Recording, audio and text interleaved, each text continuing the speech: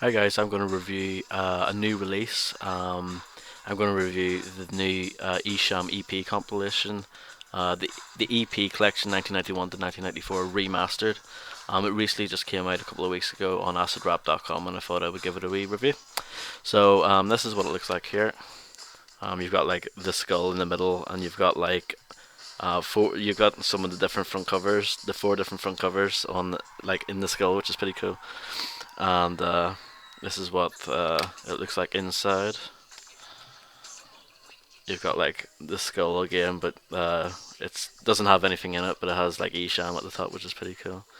And there's one side of the insert. It's basically just a cassette tape with the EP collection written on it. What you get inside, there's a cool "Home We Don't Play" picture there, and there's erotic poetry. And there's a Helter Skelter with the RLP logo, the Real Life Productions logo on there, and it has all the lyrics to the song Helter Skelter in there as well. And then there's Mega Brain Fury as well. It's very cool. I like that all of the EPs included got their own little spot, in the insert. It's pretty nice. So this EP collection, if you're an Esham fan, is pretty significant. Like when this was originally teased on Esham's Facebook page. Like it wasn't announced. It was just kind of he put the front cover up, actually just on its own, but without any um, information or explanation. And obviously, people looked at it and thought, "Wow, he's putting out the EPs." And the reason why it's such a big deal is because the EPs on their own are so rare, and they're worth hundreds of dollars. And if you're someone like me who doesn't live in America, that like I've basically got no chance of getting them. Pretty much, unless I want to pay an arm and a leg for some short EPs. It's just not going to happen. So I'm glad that Isham put out this new compilation at a good price on his website acidrap.com. I've ordered this EP from them. I ordered the Boom and Words from Hell remastered, the Kill the Fetus remastered, and I haven't had any problems. So um, yeah, so I'm just going to go through the EP. Well, I'll go through a little bit of history with Esham first. He's just for those who don't know, he's a rapper from Detroit, Michigan. He's known for his dark, wicked form of hip hop. He's very influential in the Detroit hip hop scene as far as his influence as far as his dark style of hip hop goes. And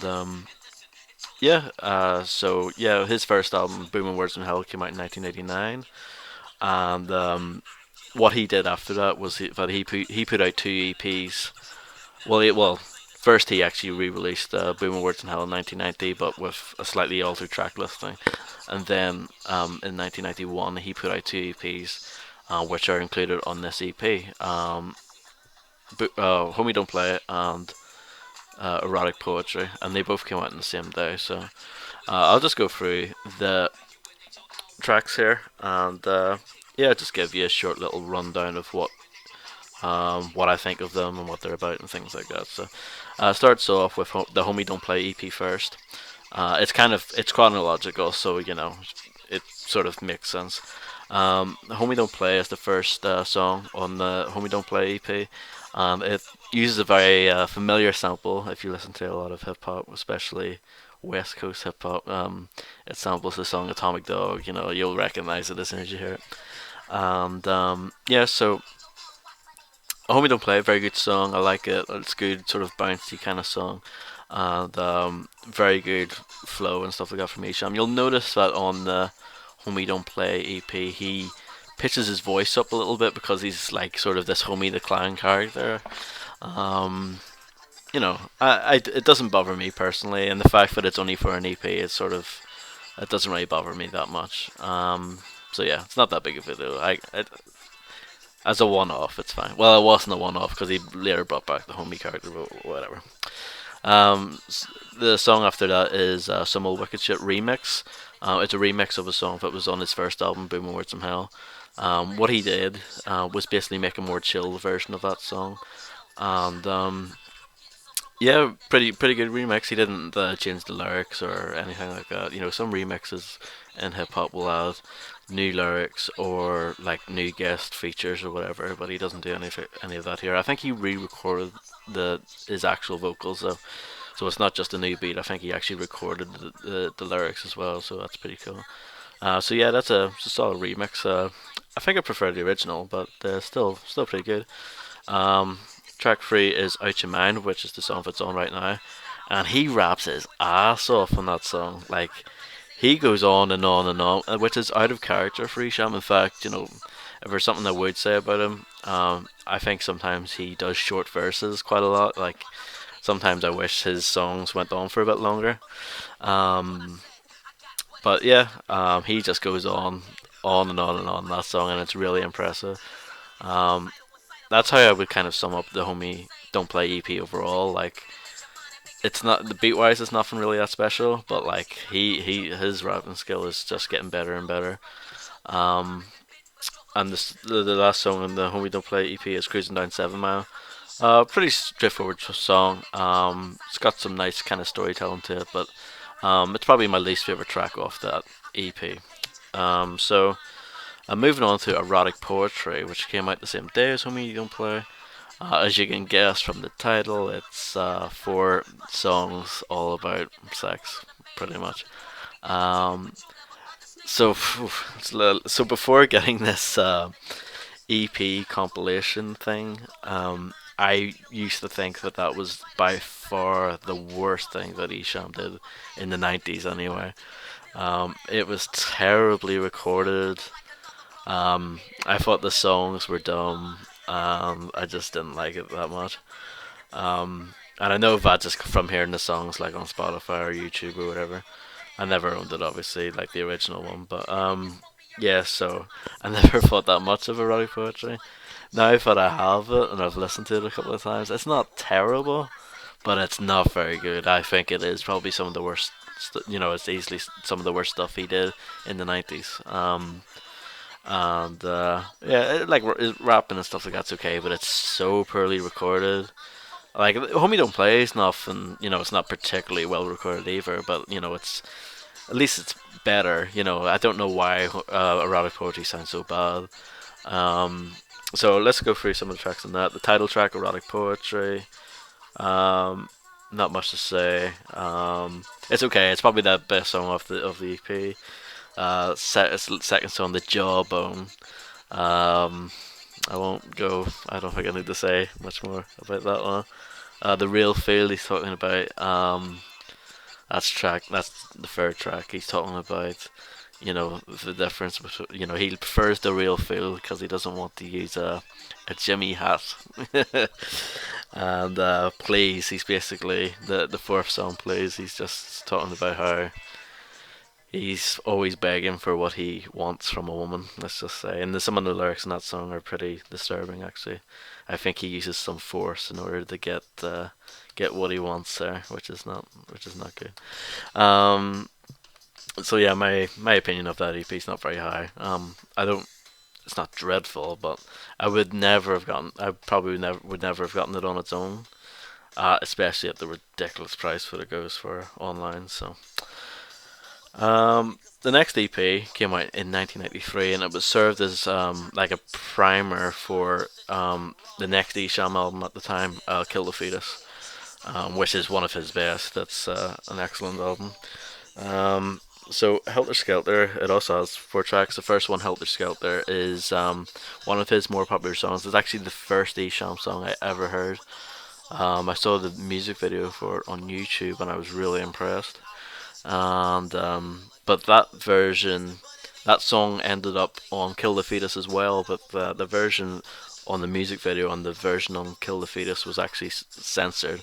Um, you know, it's not censored too heavily. It's still like a really dark song, but yeah, the version that was on the Helter Skelter EP is actually uncensored, so that was kind of what made it special. And it also features Esham's brother Dead Boy, like on the intro and then in the outro as well. Um, Yeah, I love that song. I think it's awesome. I love the I think it's a body count sample they use, with the guitar in the background, and it just sounds like a chainsaw in the background. It's just awesome. I love it. And yeah, just when I first heard that song, I was really, really impressed with Esham. I think that was kind of the song that made me a fan of his. So pretty awesome. The second song on Helter Skelter, Rocks Off. That's another sex song. It might as well be on Erotic Poetry, but it's a lot better. The beat's a lot better, and his rapping's a lot better. So, like, the problem with Erotic Poetry is that it's slow and sort of, and really like just kind of know, just kind of filthy, right? But Rocks Off is much better. That song was also on the Fear soundtrack. There was a film in 1994 called The Fear, and it also had that song on it, Rocks Off. The third song, Helter Skelter, is called B4. It's a very short song. It's about a 1.5 minute song or something, but it's actually very good. You sort of are left wanting a little bit more from that song. But yeah, I like that song before, and Devil's Night is another really great song. We're really sort of he's really good around that period. Isham's really good at creating beats that sort of evoke like that sort of dark atmosphere that he's trying to get across. And yeah, that song Devil's Night. He's talking about the tradition, the night before Halloween. In Detroit, a lot of people's houses get burnt down and things like that, and he's just um, carrying that across in the song, and he does a really great job. I think he uses um, an Alice in Chains sample on there, which he did on Kill the Fetus as well. So yeah, pretty awesome, and Close Casket actually. So yeah, that's a very very good song. Then the last EP on the compilation is called Mega Brain Fury, and that came out in 1994, and that served as a primer for Closed Casket, which is probably Sham's best solo album. I would say it is, and a lot of fans would agree with me on that one. The first track on that is called Coming Out of Coma, and that is an intro song. Um, I'm actually going to put that on instead of erotic poetry in the background. Hold on. Yeah, that's like an intro song more than an actual track coming out of a coma. It actually features Mastermind from Esham's group Natus. He does some just like talking, it's an intro song, but I really like the sort of atmosphere again. Like at this stage, you'll notice on the Maggot Brain Theory stuff, his production's starting to sound a lot better, as far as like production value goes. And he's experimenting more with synths and live instrumentation. He's not relying on samples so heavily anymore. The Natus album Blaz for me was sort of like the end of an era. Like that was like the last Esham produced thing that was really heavily sampled. Everything from Maggot Brain Fury onwards became more, individually produced. Let's say, with live instrumentation, which is cool. But he still used samples. So that's coming out of a coma. Second track, Mega Brain Fury, the title track. I noticed that all these EPs have a title track on them. That's interesting. But Mega Brain Fury, that's an excellent song. He's talking about a lot of the problems that Detroit was having at the time. But that's what Helter Skelter was partially about as well. He mentioned Malice Green and stuff like that. And yeah, he was just angry, and he was spilling his guts out in the song. It's a pretty very good song. I love the beat on Mega Brain 3. It's just that catchy but creepy dum dum dum dum dum dum dum. It's yeah, really really good. And yeah, it's a bit. I wish that song was a little bit longer, but you don't feel cheated. It's like he still gives you like three really good verses. It just doesn't. It's not a very long song. It's about like 2 minutes 45 seconds, something like that. But it could go on a bit longer. Yeah, that's a great track. The third track, Traces of My Blood Type, is a bit of a strange song. Again, like it's nice and dark and stuff like that as far as productions goes, but Esham doesn't do his usual rapping on it. He's just kind of he's like talking, but it all sort of fits together. But he's not rapping per se. It's more of a he's more talking, which is interesting. It's different. He doesn't usually do that. And yeah, it's alright. I'm not really the biggest fan of Traces of My Blood Type, but it's fine. It's something a bit different. And The fourth song on Maggot Brain Fairy is "Stop Digging on the DL." He must really like this song because I noticed it's on the Maggot Brain Fairy EP. It ended up on Closed Casket. It was a single of Closed Casket, so I guess he really liked that song. I've always liked it, but I've not like compared to all the songs on Closed Casket. Like that's one of my least favorite ones. Like that's a testament to how good um, Closed Casket is. So yeah, it's good though. It's more of a sort of chill, laid back track, you know what I mean, compared to the other songs in the Maggot Brain Theory EP, which are more sort of in your face and darker. And the last song, I Know You Hate Me, awesome beat on that. And it's just basically, let's just say a relationship went went very badly. Let's just say, and yeah, that's a really really great song. It might be, I would say, both that and Maggot Brain Theory and Helter Skelter are like some of my favorite songs in the entire compilation. I would say that like overall as an overall package, you notice that for me personally, I think Esham got better as he went along to a certain point. Like the stuff that he was doing in 1994 with Maggot Brain Fury and Closed Caskets, like easily some of his best stuff. The stuff that he was doing with Natus on albums like Do You Believe in God was just awesome. So that's kind of the EP overall. If you're an Esham fan, you pretty much have to get it because like you know getting those four EPs on one disc at a good price, like you can't really turn that down unless you've got them digitally and you're fine, you're happy with that. Or so yeah, so I would if you're an Esham fan, check it out. If you're not an Esham fan and you want like an album to check out, like a recommendation, I would go for Closed Casket.